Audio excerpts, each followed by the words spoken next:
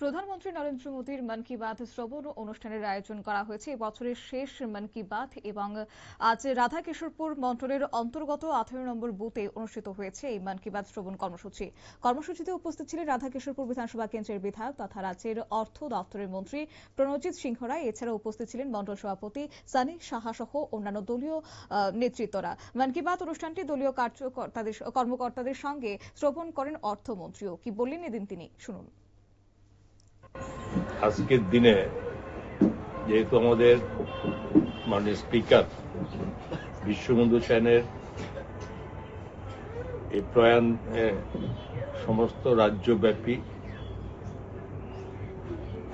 দলগতভাবে দুদিনের এটা শোক পালন করা হয়েছে, গতকাল তার শেষ হয়েছে, কিন্তু সরকারিভাবে আজকে রোববার 3 দিন ব্যাপী সরকারি মাননীয় মুখ্যমন্ত্রী রেখেছেন 3 দিন ব্যাপী কোন রকম আমোদ প্রমোদ বিভিন্ন রকম ভাবে এই সমস্ত প্রোগ্রাম আজকে পর্যন্ত বন্ধ থাকে।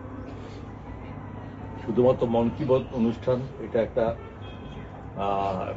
এটার মাধ্যমে আমরা একেবারে অন্তিম পর্যায়ে মানুষ গ্রামের এলাকা থেকে শুরু করে সকলে মিলে আমরা এমন কিছু জানতে পারি মাননীয় মুখ্যমন্ত্রীর এই বক্তব্যের মাধ্যমে, যেটা কোনো আনন্দের বিষয় নয়, বরঞ্চ গুরুত্বপূর্ণ বিষয়, যেটা নিয়ে আমাদের অজানা জিনিসকে আমরা জানতে পারি। খুব গুরুত্ব সহকারে আমাদের এই প্রতি মাসের শেষ রবিবার আমরা মন কি বাত অনুষ্ঠান শ্রবণ করে থাকি এবং এর মাধ্যমে যে জিনিস অজানা সেটা জানতে পারি।